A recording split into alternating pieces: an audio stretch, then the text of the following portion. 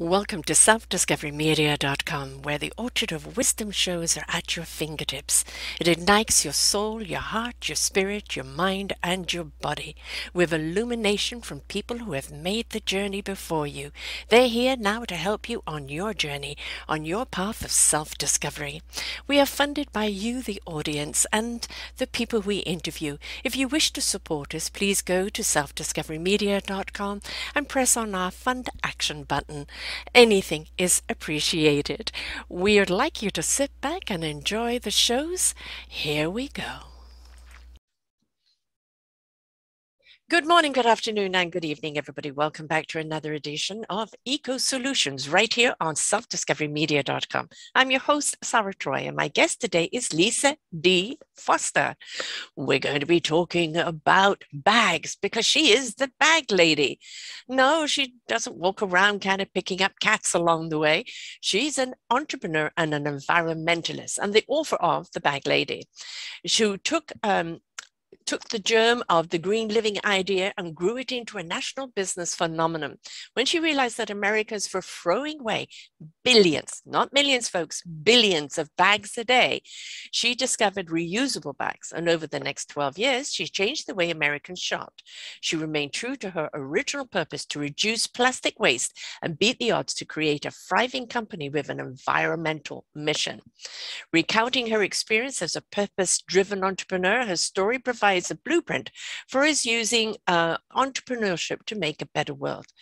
And she's very excited to announce that her Bag Lady, How I Started a Business from a Greener World and Changed the Way American Shops, will be released this April, coming up, actually just been, right now, so you can get it very, very soon. Right now, you can order it this minute and get to hear her story of why she was so pushed to do this and why it means so much to her, but also, folks, why it means so much to us.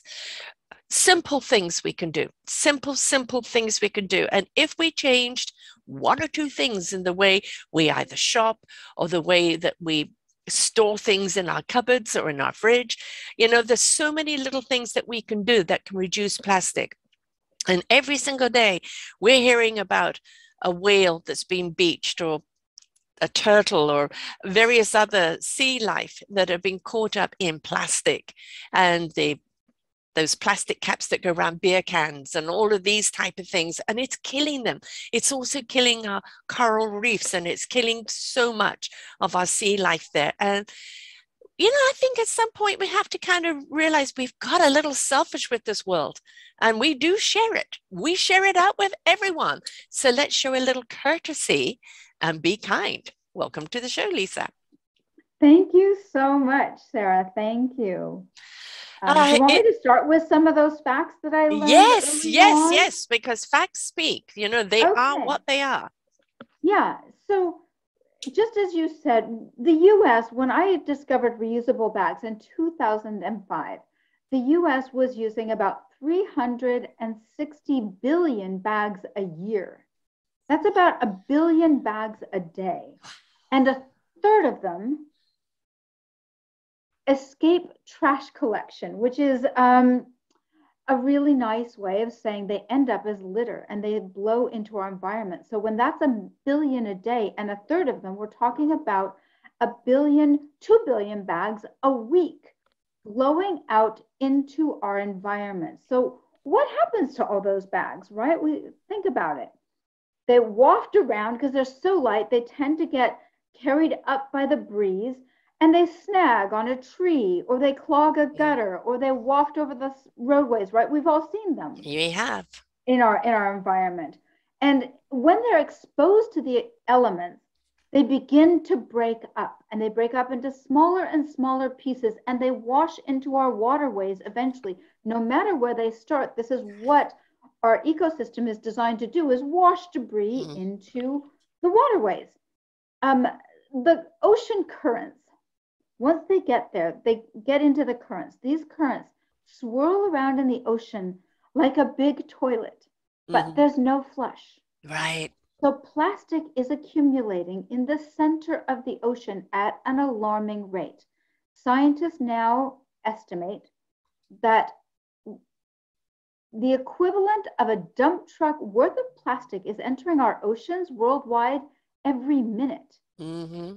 And that by 2050, if we don't do something, and this is what your show is about doing something. You're doing something. But Mm-hmm. if we don't do something, we will have more plastic in the ocean than fish by 2050.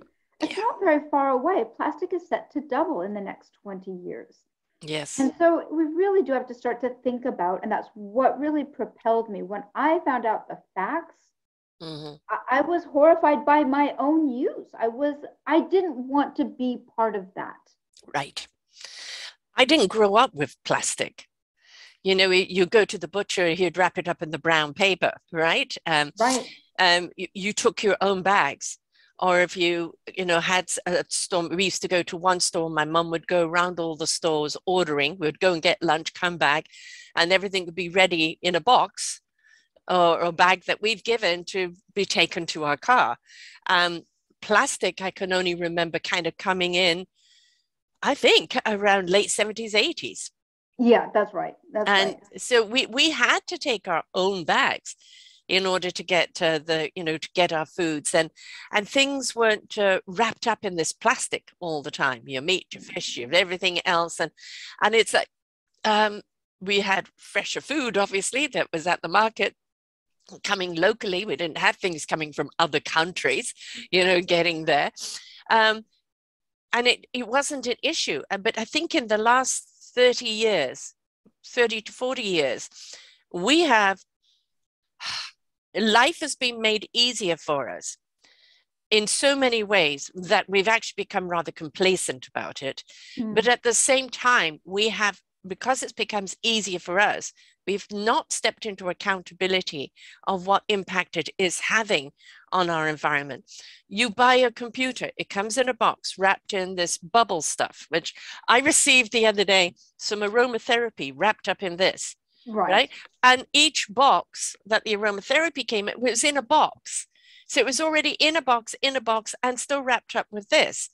And it's like overkill, right? I'm not throwing this away. I'm going to use this for whenever I do move because I don't want to see it in the fill. So this is the thing, we've gone overboard.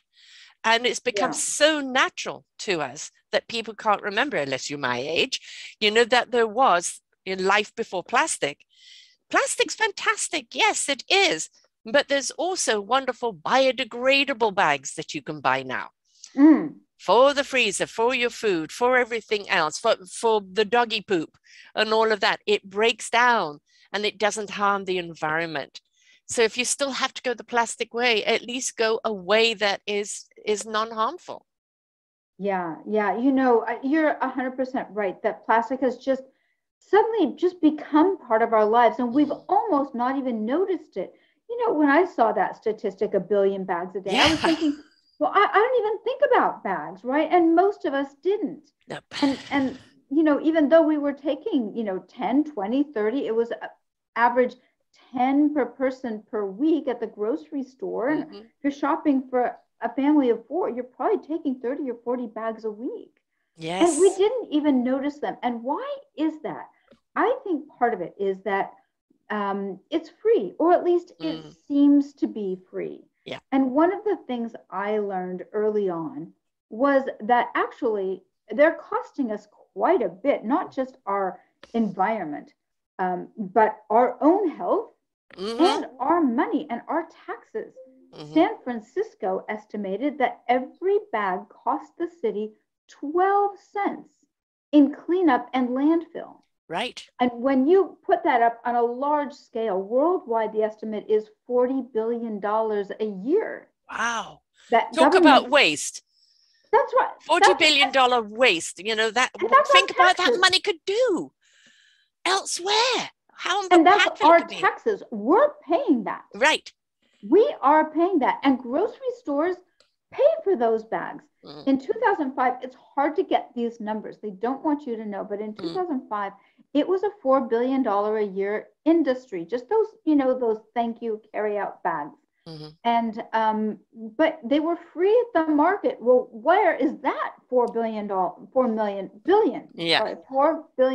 going from markets markets were hiding it as overhead. Yeah. So every time you were buying milk and light bulbs, apples and oranges, you were paying for those bags, but you didn't see it. And so that's, I think, part of why we didn't see what was happening with plastic, because we thought they were free bags, but actually there is no free bag. There's right? no free anything. There's no free anything. We're going to pay for something somewhere along the line. So we're all paying for them in our taxes, in our groceries, everywhere. So we have to keep that in mind. And one of the great things about the reusable bag movement, and I know there is a law coming out that's going into force next week in New Jersey that bans plastic bags. And New York has a law, California has a law, so this is going state by state now slowly, is that it makes the cost of bags visible. Yes. Right? And so now you can invest in a bag that you really like and use it the way we used to. We would find a bag that worked for us. And then we would take that bag where we go. And there's a huge market for reusable bags. Now, when I came, there was no reusable bags really on the market, and certainly not the 99-cent kind. No. So, yeah, things have changed quite a bit. Yeah, thank God. I'm here in Canada, and we've actually kind of been pushing bring your own bag for a long time. And actually, it went into law just before COVID, no more plastic. Then when COVID came out, they went back to plastic because of hygiene, and you couldn't bring your own bag. And that was just because at that time they thought everything you touched, it was that way. We were all like, we were all putting Clorox on our Yes, exactly. Not breathe, not touch, not anything else. But it's changed now, going back to bring your own bag, and you can purchase a bag at the store, but it's brown paper. Right, you can purchase their cloth bag, or you can purchase the brown bag if you suddenly needed something to pick up and you didn't have your bag with you. But it's just got to be a norm now that people carry their bags around. They're in the car, or they have these nylon ones that fold up, go in your handbag. There's people are just realizing that's just the way it is now. That is one thing which is really great that we're seeing, and I'm glad that it's happening in America, state by state, because as people catch on, they realize, well, this is no big deal. But I think the other areas that better. Oh God, yeah, but it's not a big deal for someone to carry their own bags, right? It's not a big deal. But the other thing I think that needs to change is the plastic wrapping. That's over everything. You'll get it over the cardboard boxes of something. You'll obviously get it over the meats and the fishes and the this is and then that is. And I think there has to be something in the industry that if you are going to put plastic over the meat because you don't want it exposed and people are picking it up, make it a biodegradable. And we know nothing happens on the political front until the people demand the change. And that is true. And that is true in business. Very interesting that you say this, Sarah, because I was recently introduced to a guy who wrote a book called Finding Sustainability. And he is a plastic manufacturer. And I sold my business in 2017. And really things had begun to change, right? When I started my business, I got a hold of a woman at Safeway, and she said, look, 3% of Americans use reusable bags. The number has not changed since the 1970s, and we don't expect it to change now. Good luck. And she hung up on me. Really? Wow. But I kept going. At least she took my call. Right. So, but the fact that you actually can talk about that now, and that was the attitude. That was the attitude. That was the fire on your belly. Yes, it certainly did put a fire in my belly. And I said, I think it will change. And because I had talked to my friends, all my friends were changing. So anyway, when I sold my company in 2017, our research indicated that 60% of Americans were using reusable bags most of the time when they shopped. And that's an incredible cultural shift. Now, there's still a long way to go, 60%. It's a big jump, but there's still a long way to go. But as I said recently, I was introduced to a guy who he's a plastic manufacturer. And the year after I sold my bag, he realized that his bags were unsustainable. And he loved camping and hiking with his family. And he said, we have to protect the earth. And he's embarked on a 5-year mission to do exactly what you said. Make these kind of packaging available in ways that are biodegradable and even recyclable. Much of the plastic bags, the way they're made now, are not recyclable. No. And they could live in the landfill for God knows how many years. Yes. Right? Oh yeah, thousands of years, really, millennia. And so it's what you're saying. This is beginning to happen in business, and you're right. Business follows the people. Government follows public opinion. Yes. So when we change our mind, when we change our habits, those little things that we do, it really is our power to make the kinds of changes that we want to see. We are the change we seek. We are the change we seek. So we need to step into that. If we don't like something, we're the ones to change it. And, and it's that inspiration that begets invitation. When, you got the fire lit under you, what do you mean? And what you're doing is, as you said, it's just enlightening people to the facts and inviting them to change for themselves. Nobody can force someone, but what we can do is persuade them. And, styrofoam for a long time, takeout foods and things like this, the styrofoam containers. There was a ban put on those quite a number of years ago. My son owns a restaurant. He has everything. There are these they're slightly lacquered, I think, in the inside just to hold moisture, but they're brown little boxes, which you see now in takeout foods. And he even has biodegradable cutlery and the bags and absolutely the cups, everything biodegradable. Now, obviously, if they're going to carry coffee and things like this, they're going to degrade at a different level, but they're still going to degrade, which is the important thing. And even like buying sushi or anything else, you're seeing it on little plastic trays now, thin trays instead of styrofoam.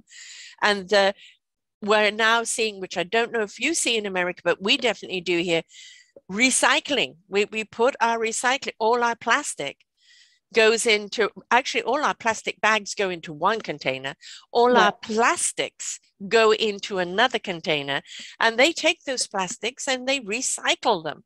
So we're not saying don't use plastic, because you can't help it in certain cases, but make sure you're sending them to the recycling plant. And that if you have to use a plastic bag or you haven't it hasn't gone over yet, even the plastic over the meat or anything else, don't throw it out in the garbage. There is the recycling just for plastic bags. Right. So while we're waiting for industry and everything to change over, we can change our practices even on how we dispose of things. Yes. And ask your butcher, ask your grocery store, right? They're waiting also for people to ask. They have a supplier for the things that they get. If we're all going up to the butcher, we're going up to our stores saying, where are your compostable bags? Why are you not? I'd like to find compostable packaging for my meats, for my vegetables. I'd like you to offer them. Where are they? If we start asking for it, they will listen. That also was a really interesting part when, so here's a short little story. So I was an English teacher when I got very passionate about bags. And I started making cold calls on the back stairway overlooking the faculty parking lot. And I had quite a few takers. I sold 250,000 bags my first year in business. Wow. And then I sold 2 million my next year, and I sold 8 million the next year. It was insane. Fantastic. That very, very first year, when I saw it begin to take off, I decided to quit teaching and devote myself to this issue. And the headmaster called me in. And, even when you're a teacher, when the headmaster walks in, I know. What have I done wrong? It's terrifying. But he was so gracious. And he said, well, what is this that I hear you're doing? So I told him exactly what I was doing. And he said, well, when you're ready for Ralph's, let me know. The CEO of Ralph's is on my board, is on the board of his school. And so I gave him a packet. He gave it to the CEO right there at a board meeting. And lo and behold, I got a call not long afterwards from Ralph's, and they ordered 100,000 bags. And Yay. so that kind of thing. And, Yes. when I talked to the buyer there, he said, look, we're seeing what the consumers are seeing. We're seeing the pictures of the turtle with the straw in his nose, and the turtles and the dolphins with those rings around their necks and their noses, and whales entangled in plastic. He goes, we see those too. We want to be on the side of our consumers. Yes. And they abandoned plastic bags very quickly and changed their whole business model to start charging for bags and doing the right thing, because they really were dedicated to their consumers. So when a consumer does say something, they know there's 100 people thinking it who aren't saying it. So it's a very powerful thing to go up and say something to the store manager about the kind of changes you want to see, and seeing more compostable and more, biodegradable bags and packaging. It's a very powerful thing to do. I think, I do this quite often. I have my own show as well, and I do a lot of observations. And, one of them is the wasting of our time. But, just the wasting of the opportunities that are in front of us. We're so busy chasing an illusion or what we think we should be, or life is so busy because we've decided it is, that very often the solutions that lie right in front of us, we don't see them because we're too busy looking over them, right? We don't see what's right in front of our face. And I think if we just slow down and look at the logics of something, all right, now you've got the older generation, they're much harder to change because it's been that way for so long, right? But when the changes are kind of pushed on them, they may grumble, but they'll go with it, right? Because when you talk about 50 years in the future, they're not going to be there. So, and but their kids are going to be there. I know, but still, it's very hard for some of them. I live with an 88-year-old. Believe me, it's very hard sometimes. I know, but you want them to think about their legacy a little bit. How do you want us to remember you? Right. Really. Yeah, I know. And that comes from, really talking to them about it in a way of, back in your day, remember, you didn't have all of this, and now we have all of this, but this is the impact that it's having. And when you can sit down and talk to them in a non-rebuttal way about, and we look at, I was born in the 50s, and I think I'm kind of that last generation of really having food from the land, not from the grocery store, local, and marketplace, and farmers and everything else. And then we kind of became so dependent on the grocery stores, that kids really do think the food grows in the aisles. Right. They have no understanding where food comes from or what's a farmer, right? Where we were brought up with all of that. We're going, the pendulum swinging back that way. We're paying more attention to the farmers, where it comes from. In a lot of ways, our greed or opulence on why do we need to have so much, and why are we buying things that have got all the processed chemicals in there instead of the fresh? And I think, we're seeing so much more of the marketplaces pop up now. And it's a wonderful way to take the whole family on a Saturday morning down to the market with your reusable bags and purchase things from the market and show them, where the food comes from, and where the kids can learn where the food comes from. But there's also something about that food because it's been freshly picked to your table and there's no plastic involved. All of that, I think, we're swinging back to that, which is wonderful. And I'd like to see that even more.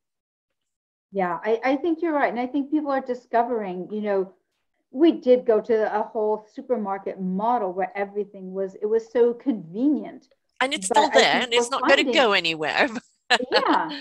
But, if you look at a supermarket tomato, and then a tomato in season, ripened from the plant in the farmer's market and onto your plate, you're like, wow, I didn't know a tomato could taste like that, right? So I think we're finding that there's so many benefits from doing these kind of things. The benefits from reusable bags, people said, well, I don't make all those trips back and forth to my car anymore. One of those bags can carry what 4 of the other bags do, and you can put it on your shoulder. Right. So people found that benefit. I had a friend call me up and she goes, "You totally changed my life. My house has never been cleaner. All of those little cupboards and nooks and crannies where I was stuffing bags for years, it's all gone." Yeah. Because I have room in my laundry room for the other things because I Yes. don't have this stash of bags that I could never use a second time fast enough. Mm. Um, and so we're finding that there's all these benefits Yes. to going back to some of those things. Not They are in a way simpler. They may not be always so convenient, but the benefits outweigh Mm. that little bit of trouble, and it is enjoyable to go to a farmer's market in a way that it's Mm. not always enjoyable to go to a market. Right. I had three kids and it'd be off to Costco or off to here and there. And then, the mountains of stuff that you then got to take out of the trolley, pay for, put back in the trolley, put in the car, take out of the car, put away, and it was a marathon. It really was. And Yeah. you look at all the packaging and all of that, and it's like, yeah. And then once you've taken all the plastic of everything, I like to put things in jars. So I like glass jars. You can see what's actually in there. So I put things Yeah, in there. mason jars are amazing. Yes, absolutely fantastic. Amazing. Like And I if you take out everything that's in plastic, I put it in mason jars. right. And if you, Yeah. buy those sauce jars or anything else, keep the jars, Yeah. Oh right? yeah. And Yeah. we have a bulk barn here, which I love because then you can go buy everything on bulk, and then I just put it in the jars, right? So Yes, of course. all of these things are absolutely great. There's ways of doing it. I think also if we could teach people, don't go and do the marathon shop. Go and shop every 2 or 3 days for what you need for the next 2 or 3 days. Don't go shopping for the month or for the next 2 weeks where you feel, oh my God, weighed down, right? And have all that stuff. Because then it is so much easier to kind of look at what is disposable or not. And yeah, plastic is still here. What do we do with it? Look at your area and the recycling plants. And if you're in an apartment building that's not doing it, speak to them, everybody in the apartment building. Yeah. Let's have a plastic container for the harder plastics. Let's have a bag container, right? And if we can't get pickup for it, then let's arrange something else for it to get to the recycling plant. Yeah, you can get pickup. These services are really available in almost every state now. Most states really mandate that they be available, and they're using them because states are finding they're getting overwhelmed by the kind of trash. Right. And there are some states that are going to a pay as you throw model to reduce trash.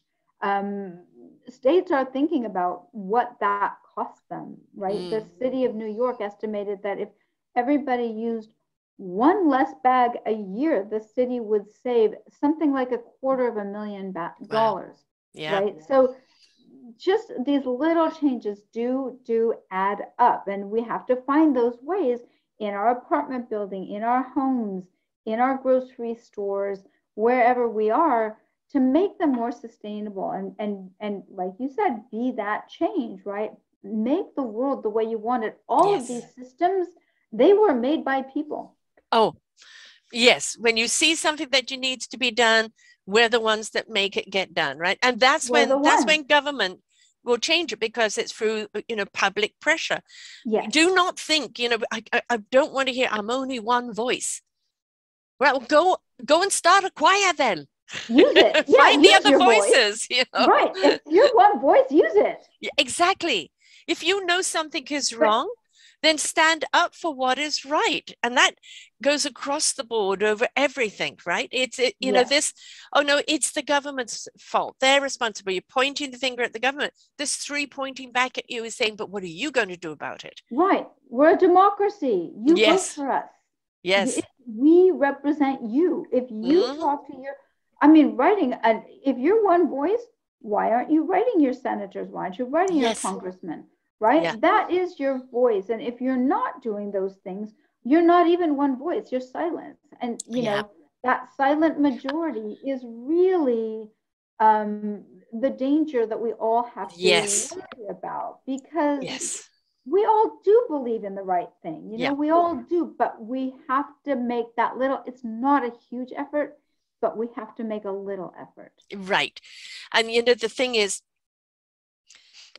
it's saying, I'm not going to make the choice. That's already a choice you've just made. Exactly. Right. You're right. Or I'm leaving it up to someone else. It's nothing to do with me. Everything is to do with you. Whatever happens out there will trickle down to you in some form or other.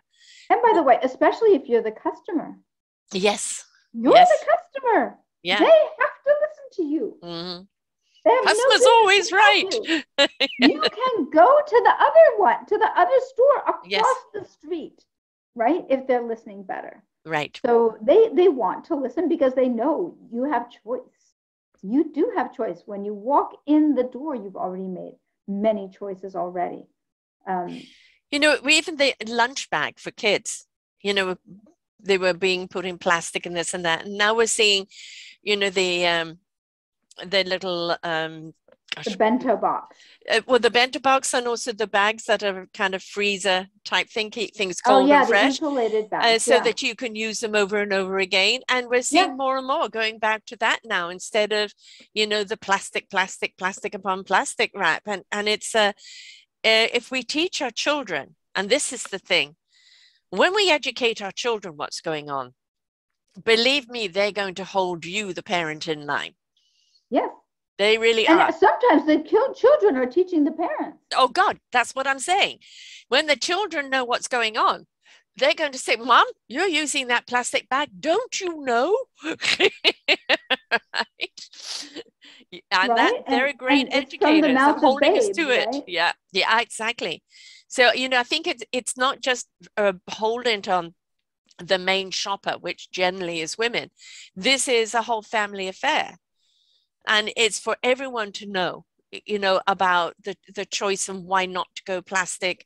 And there were many years ago, I interviewed a couple of guys here in Vancouver, in BC, and they started an organization that breaks down the plastic. But what they started doing it in third world countries, where a lot of the plastic washes up on the shores, was left by people. Right. So what they have is they've employed the local kids to go and gather all this plastic and bring it to them where they get paid for it.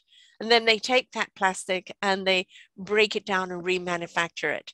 But it's giving those kids, those little street urchins that don't have much opportunity of anything, a way to clean up. And there was, I think it was in India, oh no, maybe Florida, I can't remember, but I know there was a beach that you couldn't see the sand anymore for the garbage, that not only had washed up, but people had left. And they got a whole load of people in there to clean it. And the amount of tons of stuff that came off that beach. And I think this is something else we need to be mindful of as well. Don't just chuck your waste. Don't just leave your waste for someone else to pay. It's somebody else's job. Somebody else would do it. No, take your waste home with you, deposit it somewhere else along the way,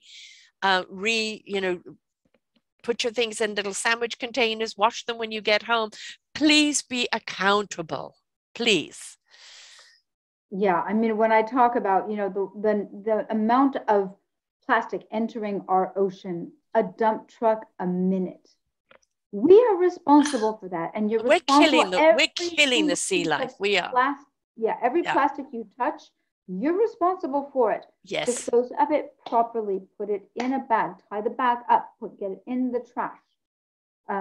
Because they blow out. They're so light. Yes. Even if you think, you know, if you just casually throw it in the direction of a public trash can, right, it's going to blow right out, right? They don't have lids. It's not really fully in there. Be responsible. It takes a second of your life. I know that some people say, well, I'm just going to burn the bags. And we're saying no, because, you know, then we have to breathe it. Precisely. The toxins that breathe off of there. This is why they need to go to a proper disposable site, because they have proper machines in order to break it down.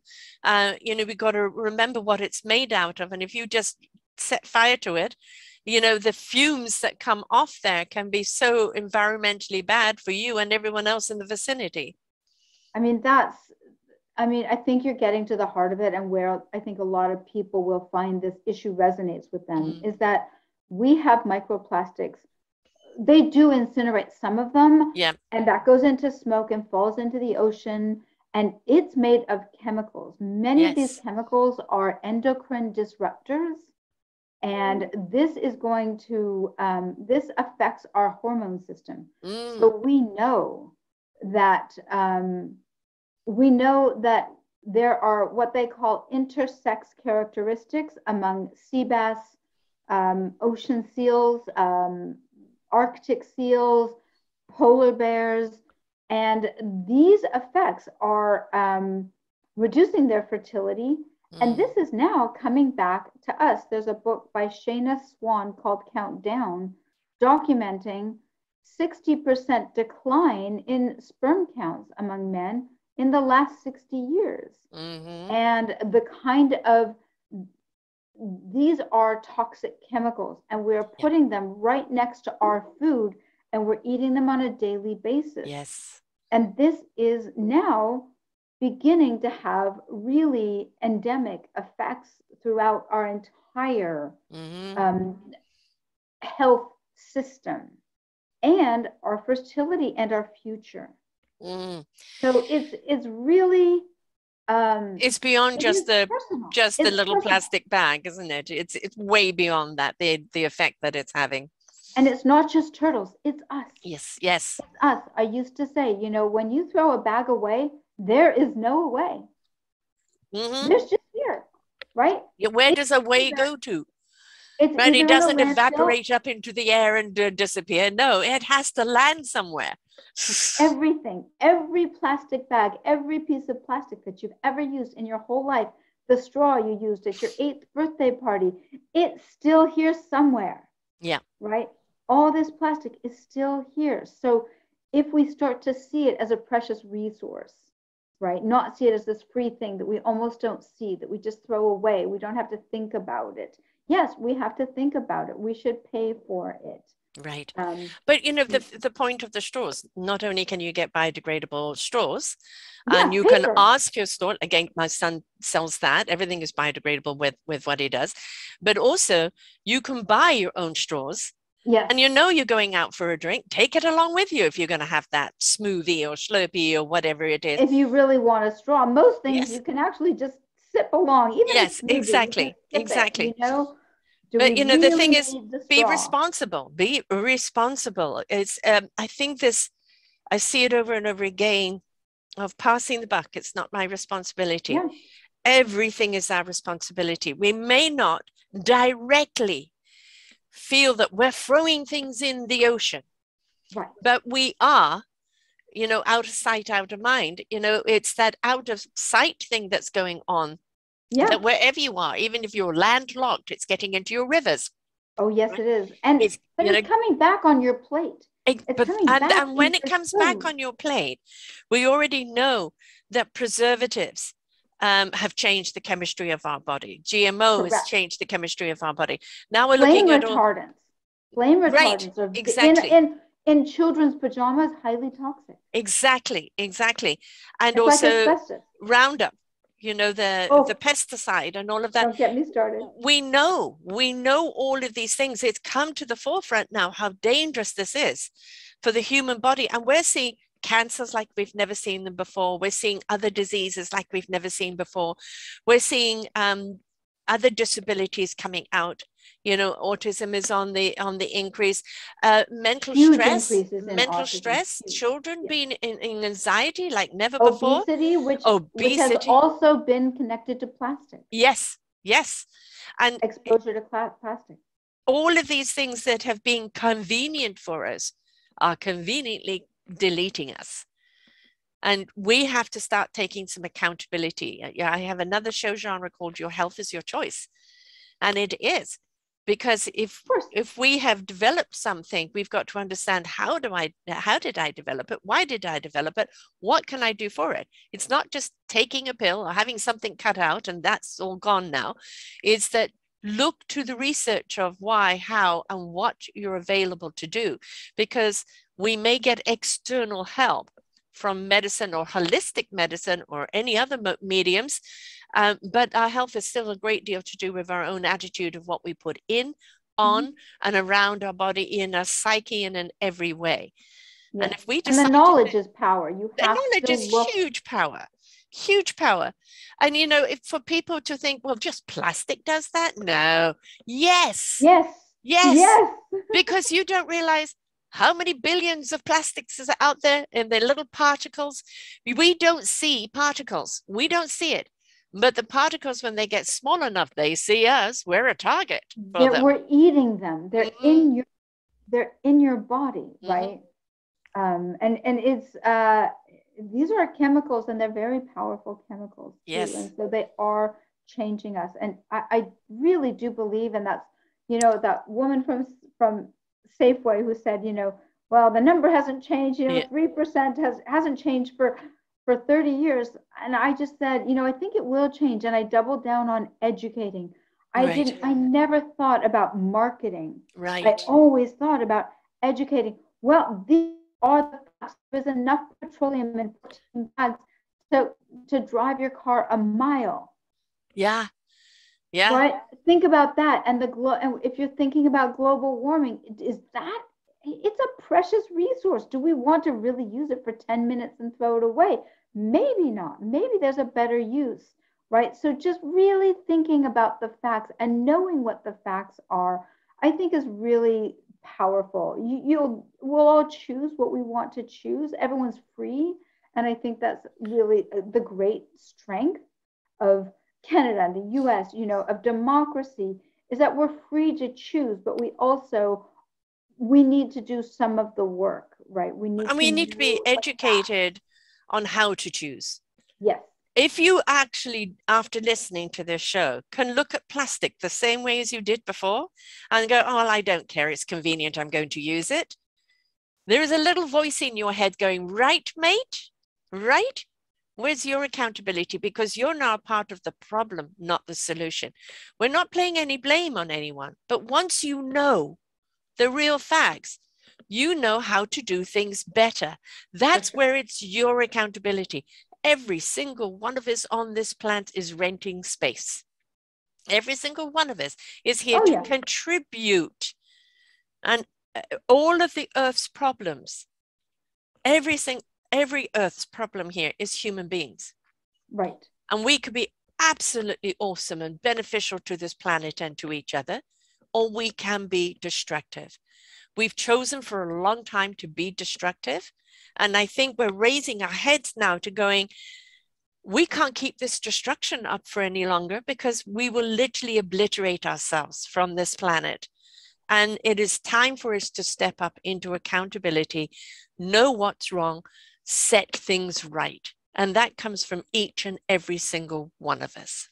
Yeah, I think, you know, when you said there's that little voice in your head, you know, you're taking the plastic bags, but that little voice in your head is saying, are you sure that's what you want to do? Yeah. That may not be a great thing.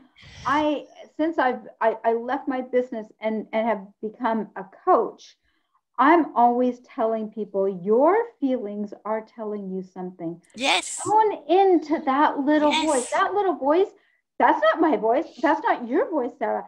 It is your own voice inside your head saying, I don't feel good about this. Right. And if you don't feel good about something, really pay attention to that. It's the tap on the shoulder. You don't want the cosmic 2x4. You want the tap on the shoulder. That's right. And let it guide your heart. Really let it go from that little voice in your head to right to your heart and be guided by your heart. And I think it's really just important for us to tune into each other. Yeah. Being kind to each other, being kind to the planet. We do. We want to live here for a long time. We want a beautiful place for us, our children, our grandchildren, and the people who come after us, right? We do have a legacy here, whether we like it or not. Yep. We're going to have a legacy. So we always hand the keys over, right? And so are we handing them a mess, or are we handing them something we could be proud of? My daughter and son-in-law are vegans, and they built a an eco-sustainable house, and they drive an electric car, and no plastic, as much as they possibly can. Obviously, some things still come in that, and they're very, very conscious of that. And he gets very upset, like really anxious about what's going on in the planet. And as I pointed out to him, and as you have done, choose one thing. You can't do everything. Choose one thing to be your platform, one thing that you can stand up for, one thing that you can educate people on, one thing that you can make a difference. And that ripple effect will have an enormous impact on other things. But I think so many people, but it's just so much, it's too overwhelming, I can't do it, and they shut down. You became the bag lady. You're educating people on that. It then led you off into doing the coaching of, kind of releasing our own baggage within, right? So you're still the bag lady. Yeah. I love that. Thank you. You're right. But it's choose something that you want to stand for. Yeah. And it's, don't become a tyrant about it. Become that inspirer, because the inspiration begets invitation. When people know the facts, and you go, and do you know what the options are? They don't want to just hear the doom and gloom. They want to know what the options are. Do you know that the options are simply cloth bags? Taking your own cloth bags to the store, right? Asking your butcher to put things in brown paper and not plastic, right? Buying fresh produce instead of stuff that's already plasticated. And there's so many options. And I think when people start down this path, they start seeing other ways of doing things because they're on that track now. That self-awareness is huge. When you become aware of that and you start seeing the bags, you start seeing the other kinds of plastic, you start noticing, and your own awareness, then you really have choice, right? If you don't see it, you actually don't have the choice. You're letting someone else choose for you. And they're going to choose what's best for them. Yes. Not what's best for you. If you want to choose what's right for you, you've got to open your eyes. You've got to see it. And you've got to say, I think I'll make a different choice today. Yes. And that's when things it starts. Really that's the start, isn't it? Right. It is just saying, all right, I am now aware. Right? Oh, guess this can be rather overwhelming. The numbers are absolutely extraordinary. What am I going to do about it? Well, the first thing I'm going to do about it, cloth bags. And I'm going to be aware of what else I can buy. Like when we go into dress shops or any other stores now, do you have your own bag? They don't sell in plastic anymore. They'll sell you in a paper bag that you buy, or you will take your own bag. Even if you go into a dress store now, it is use your own bag or their bag, no plastic. Wonderful, great to see it. And even some of the clothes are made of plastic. What are you buying there too? Right. Look at the fabric. What are you buying? What are you putting on your body? Right. And it's interesting because I remember there was an Oprah show once that they were talking about what to wear on a flight. And they were saying, if something happens in a flight, you want to be comfortable, but you want to be movable. And they're saying, don't wear anything too tight because you've got to be able to move. Wear pants that are comfortable, but don't wear anything polyester, because that's the first thing to go up in flames. Right? So it's funny how you watch things and it kind of sticks with you. So like when I travel now, it's comfy clothing, right? Natural fabrics. Right? So it's little things stick in your mind. Allow them to stick and then share them. Be aware, allow them to stick. That is so powerful. I really, really think that, we go through our life and life just washes over us. So what you were saying is like, we don't see what's in front of us, we see over it. Yes. Right? When the information comes to you, when you say, oh, I'm overwhelmed, you're blocking it out, right? You can listen to one person saying, well, here are the facts on this one thing. Yeah. Here are the facts on bags today. And tomorrow it might be, the facts on something else, on pesticides or on some of the other changes we can make. And one by one, we make our own choices throughout the day. You choose one choice at a time. Our lives really unfold in the present moment, 1 minute at a time. We can't really be in the future. We can't be in the past. It takes up a lot of space in our mind, but if we can be present and make those choices now, that really we want to make, that make us feel good, that make the voice inside of us say, yay, Yes. then that's, that's when you get happy, right? We have epic proportions of people who are depressed, right? But they're not even thinking, they're not listening even to themselves, to what makes them happy, right? When they do something and the voice inside of them celebrates, that's when you become really happy with who you are, what you're doing, and being present in your own life. Being present. What you seed now and what you water and nurture is what is going to grow. But if you're so busy on the growth, but you have forgotten to seed or water or nurture, nothing's going to grow. Also, what you give the energy to will grow. And if you're going to give the energy to all the woes and the me's and, the up against me's instead of the solutions or the options, again, we're an algorithm, right? Yes. What we feed grows. Self-reinforcing, right? It's self-reinforcing. And I've had clients who say, well, the news is terrible out there. I said, well, what are you clicking on? Yes. Because Google is in the business of selling clicks. Yeah. So if it thinks you're going to click on gloom and doom, it'll give you a lot of gloom and doom. But if you start consciously clicking on good news, yes, it will find good news for you. Exactly. It's going to give you what you ask for. That's right. So be careful what you're asking for. It isn't neutral. It's a mirror to what you want, but it is self-reinforcing, and it does take you down. They call it that rabbit hole. Yes. It takes you down into a very bad place. If you're having a bad day, don't click on anything. Well, actually, what I do on the side, one of the big D is one of those things that can come and get me when I feel it coming, is headphones and music. And there's it's not always about the words. I don't even know which music I'm going to tune into. I just let it organically happen. Yes. But there is something about music that actually resets your frequency in your body. It realigns you because it's the frequency of the music that resets within us. And for some people it may be jogging, walking, going for a ride, this, that, etc. Time in nature will do that. In fact, the studies have shown that 2 hours a week in nature measurably affects your happiness level. Exactly. 2 hours, and that's not that much. It's like 4 days going for a half-hour walk. It's really not asking a whole lot. Every other day, 30 minutes. Yeah, exactly. It's an investment in ourselves. Yeah. I think a lot of people just don't know what happiness is. We've become very robotic, as I point out, a lot of the walking dead out there. They're just simply not living because they've been sold a bill of goods of what they should be. They haven't lived up to what they should be. So they don't know who they are. And instead of being in self-discovery, they've abstained from anything. And they're just robotically going through life. And at some point, we've got to decide for ourselves, this is not working.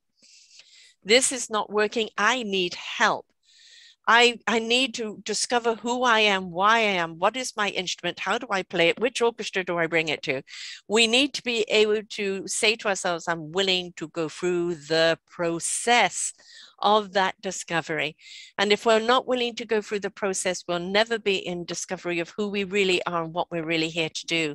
And that means we've got to step up in our own lives. Nobody can do it for us. No, there is no quick pill or quick app or quick anything else. It's up to us, isn't it?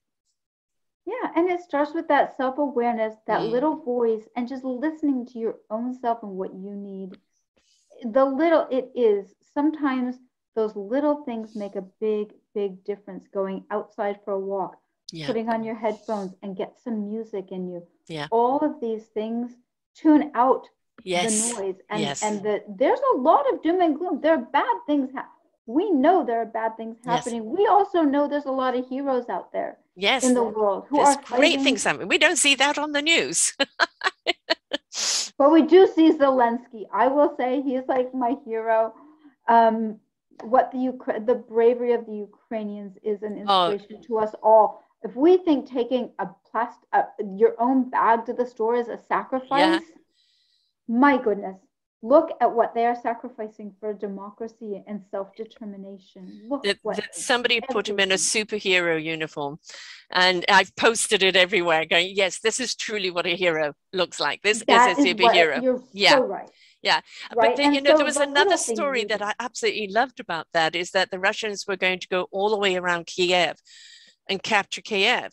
And there's a whole load of amateur drone people. And what they did is they attached the bombs to the drones, and they Yeah. went in and stopped them taking Kiev. These were just a bunch of amateurs who Right. wanted to defend their country. And the thing is, we don't know what hero lies inside of us until it's called upon. And whether it's called upon in the time of war, or whether it's just a battle in your own life, let that hero out. Even when you're at the grocery store, let the hero out. But that's, the principle we've been talking about here today is drop the plastic and go cloth bags, right? Right? Yep. One simple step, you'll start feeling good about yourself because you're making a difference just simply by going cloth bags. Then you start looking at, well, if this makes a difference, what else will make a difference? Now, how about the same process in your own life? What's the one thing you can do in your own life that can make a difference? And it's making such a great difference. Now you want to try something else. Same principle, it's self-reinforcing. That one step makes it so much easier to put the next foot down and go forward. It really does. Yes, exactly. But you have to start. That's the key. Start with something small, and maybe just simply start with buying a whole load of cloth bags. You can get them at the dollar store for $1, right? They're washable, so you can reuse them. And I have in my car several of the bags in the bag. Yeah, you have to have a bag for your bags. Exactly. And you go into a grocery store. The only thing I'm telling you is this: don't go into the grocery store with one bag, because invariably you'll pick up more than you thought, and you realize you need 2 bags. Yes, and you end up buying another bag, and suddenly you've got 20 bags in the car. I need 3. I don't go in without 3. I tend to have bigger eyes than I think I do. Yeah, so exactly. I'll just pick this if up. I walk out with an empty one, that's all right too. Yes, yeah, exactly. But when do we do that, right? And again, there's those photo little nylon bags that you can throw in your handbag. Yeah, they're lovely. They're great for, or impromptu shopping, or going, the dress shopping. By the way, they're a great Mother's Day gift. Yes. Right? Those little bags. Yes. And they're printed and they're cute. Chico bags make some.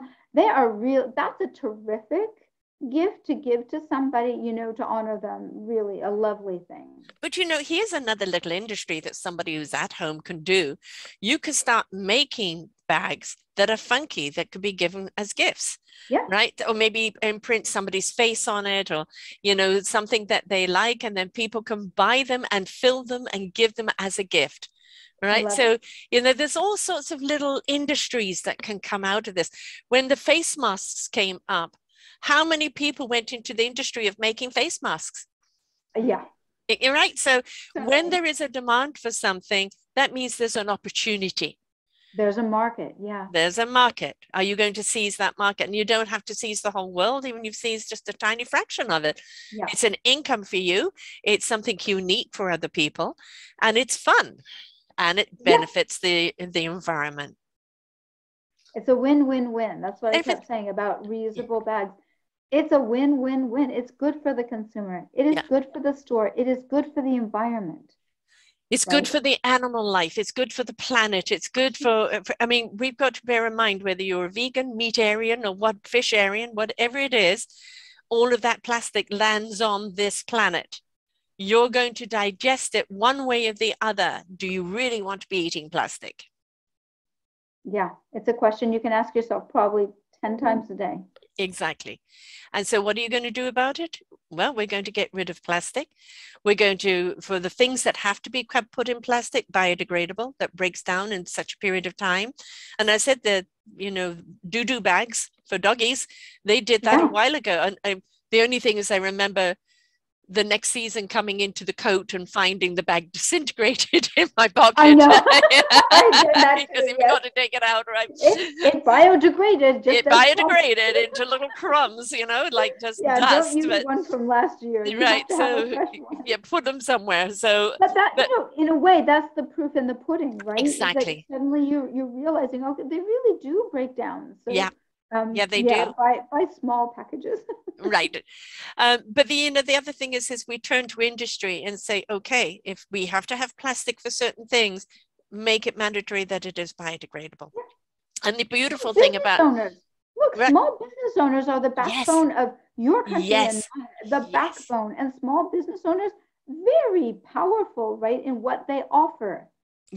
Their consumers, right, and how they educate their consumers. So if you're a business owner and listening, you know, or you know someone who's a business owner, have a chat with them and talk to them about what you want to see and how they can help make this change that we all want to see.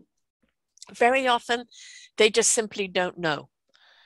So when you come across with an idea, it sparks that idea, and that trickle-down effect of them going to the manufacturers that are supplying them. My customers are asking for, right? And we know that all e-commerce is supply and demand, or demand and supply. When we demand it, they supply it. So if we're 100%. demanding biodegradable, if we're demanding different packaging of all of the foods and everything else, reusable paper packaging, yes, it's all absolutely possible. And it's just a question of us saying, we don't want the plastic anymore. If we're going to do business with you, change. We can make limbs out of 3D printer nowadays. We can make organs out of 3D printers nowadays. Are you telling me that we can't have biodegradable plastic? Of course we can. Yes, exactly. We can. Yeah.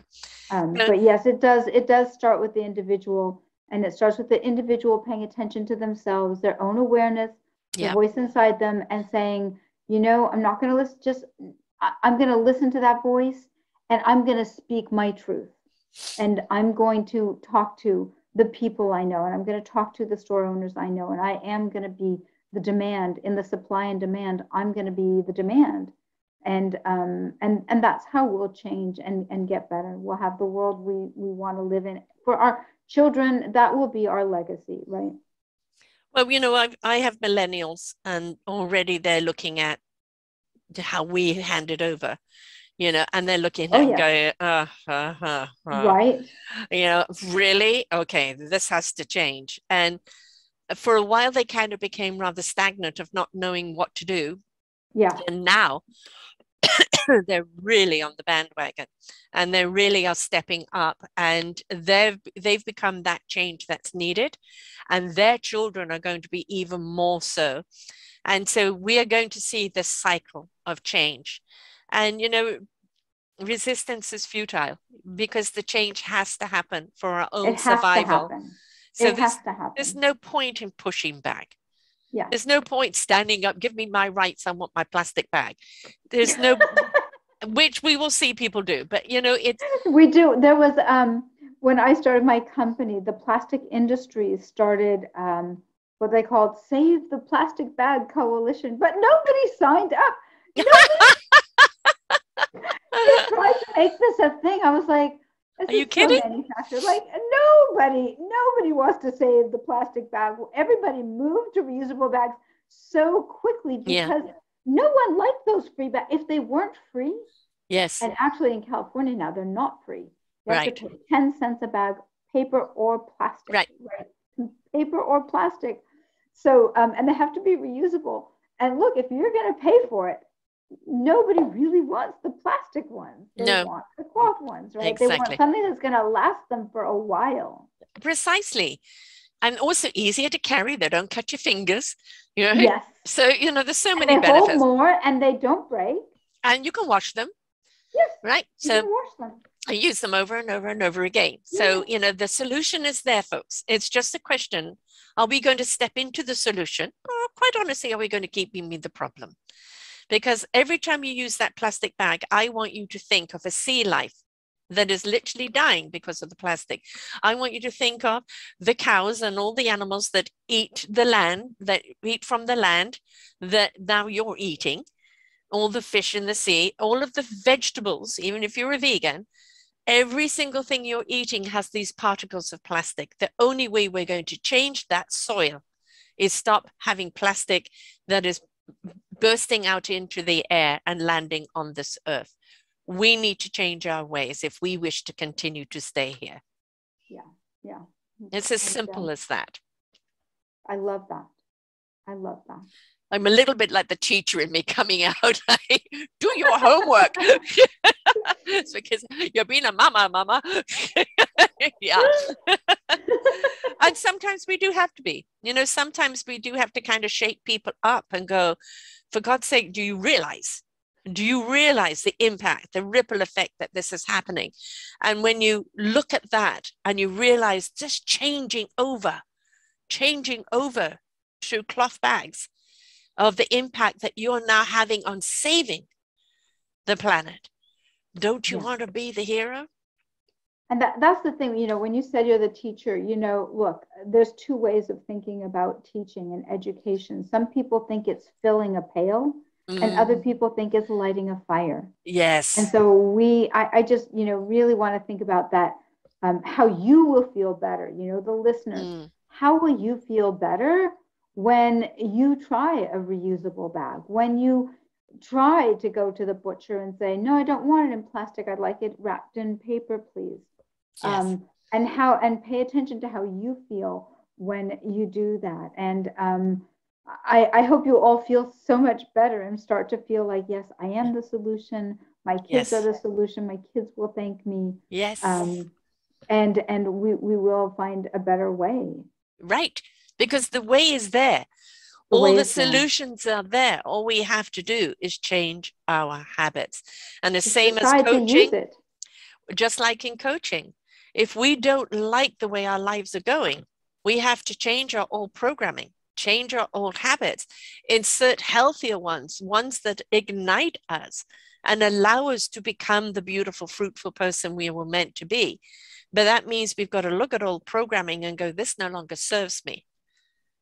Right? So in our actions with the plastic bags, in our actions in our own lives, it requires us to look at what is not working.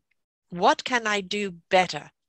And understanding too, the more abundant you are as a person, stepping into your own beautiful light, more that light sheds and becomes a part of the equation of this planet for everyone to see. Well said. Well said. How do people get the book? Because I know it's just come out. And the book it's out on May 1st, which is Sunday, on Amazon. You can pre-order it now and they'll ship it to you next week. It's called Bag Lady: How I Started a Business for a Greener World and Changed the Way America Shops. You can find it on Amazon. Just put Lisa D. Foster Bag Lady, or Lisa D. Foster, folks. Don't forget the D.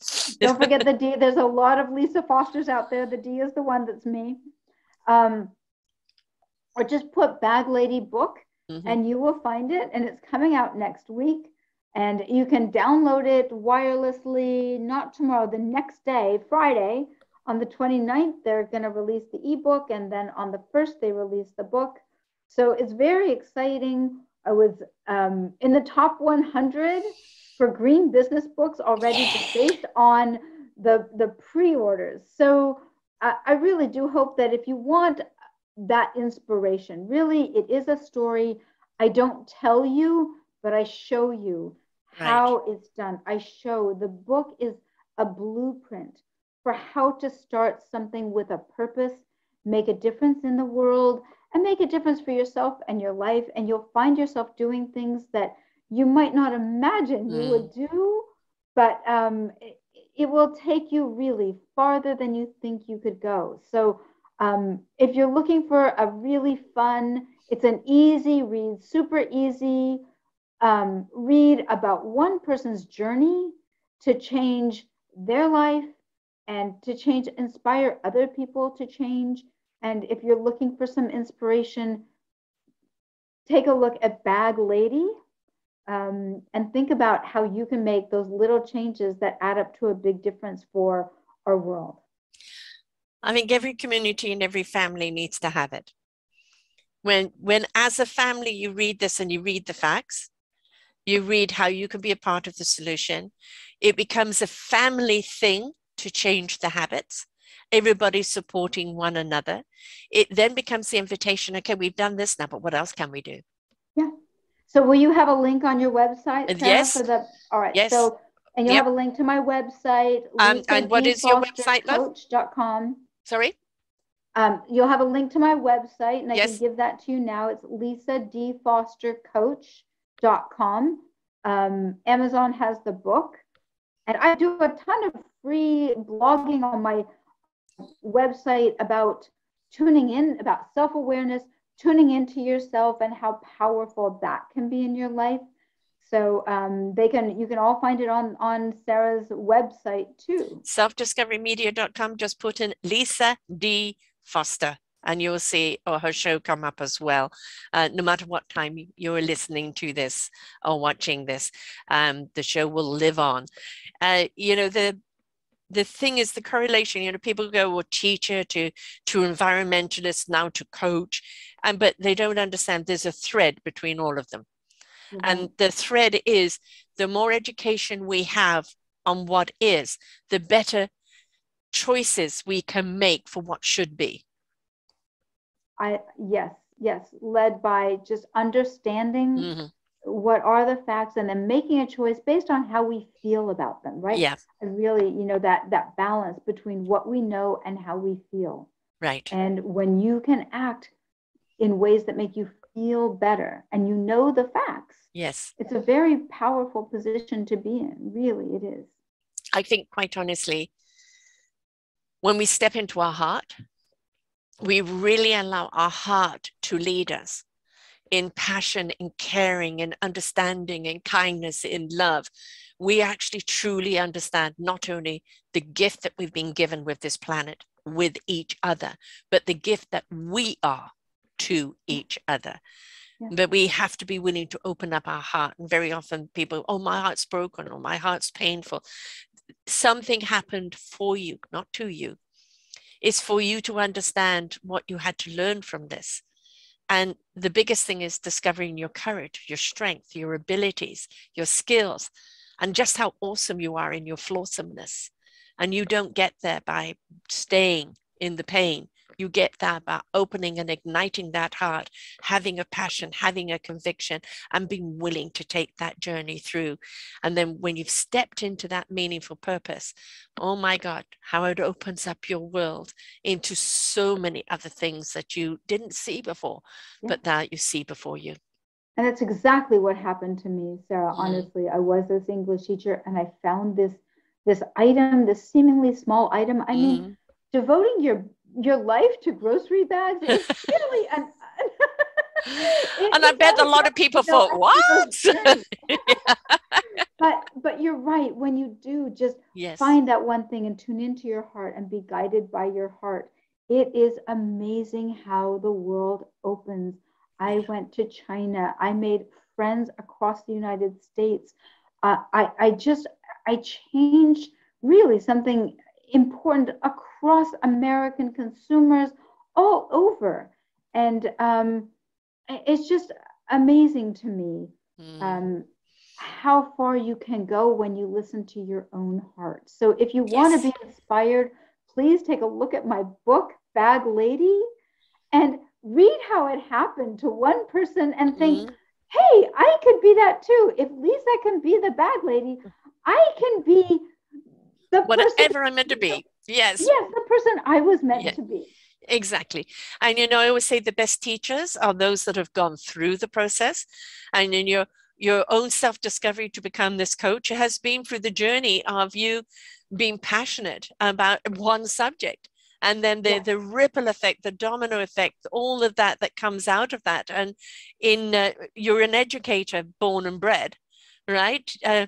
But that education comes now in educating our own hearts and souls, how to step in and ignite our spirit into action so our mind will know what it needs to know when it needs to know it, right? That's And we exactly need right. those igniters because, as I said, there's too many people walking around just looking down. Look up, be a part of the solution, and you will see how solutional you are to your own life, but be Yeah. willing to take the journey, right? Yeah. And maybe the first step is really just click on that and buy the book and read Yeah, the book and see if that helps you right. move forward positively in your life. I was an English teacher. I wasn't anybody fancy. I didn't have a MBA. I didn't, nothing. I was just a high school English teacher. And look where I went. And you Mm. can do it too. We can all do it, but we have to get inspired. We have to listen to our heart. So take a look at how it's done and click on that link, Bag Lady by Lisa D. Foster, and give it a shot. See how it changes things. See if you feel better after you read it, and then be inspired to take your own actions in your own life to be the person, yes, the person you were meant to become. Yes. And it's all within us, and we never know what's Yeah, going to be our trigger. What's going to be that one thing that becomes also consuming in the time because you're so passionate about it. And in pursuing that path, you discover so much about yourself along the way. And then maybe absolutely. it branches off and leads to other things. It doesn't matter. Be willing to put the one foot in front of the other in discovery, right? Thank you, Sarah. This is so great to talk to you today. Thank Oh, it's you been so wonderful much. having you. Thank you for becoming the bag lady. I love it. It's, just the statistics alone of knowing what it's doing and knowing how it's harming our planet, how we're harming each other out of what we thought was just convenience, and how just simply changing our ways, simply changing our packaging, how we can change that all over, that can serve not just us as individuals, but the entire planet. We have it within us to save the planet and everyone on it, right? And it's Right. really as simple as that. So a few changes in your life, that's it. But you never know where it's going to catalyze you into something else. So that's the exciting part. Thank you so much, Lisa. Thanks for writing the book. Thanks for taking the journey. Thanks for educating us on this. And for folks, as I say, the best teachers are those that have gone through it. Let her be your coach. Reach out and speak to her. Read the book and you'll get everything you need to know about her. And then you'll know if she's a fit for you. But you've got to be willing to participate in your own journey. And when you are, the teacher is ready. Until next time, bye for now. We hope you enjoyed the show. We look forward to bringing you more shows. Please go to selfdiscoverymedia.com/shows and you will see the incredible lineup of genres and shows that we have for you. We are here to make a difference in your life.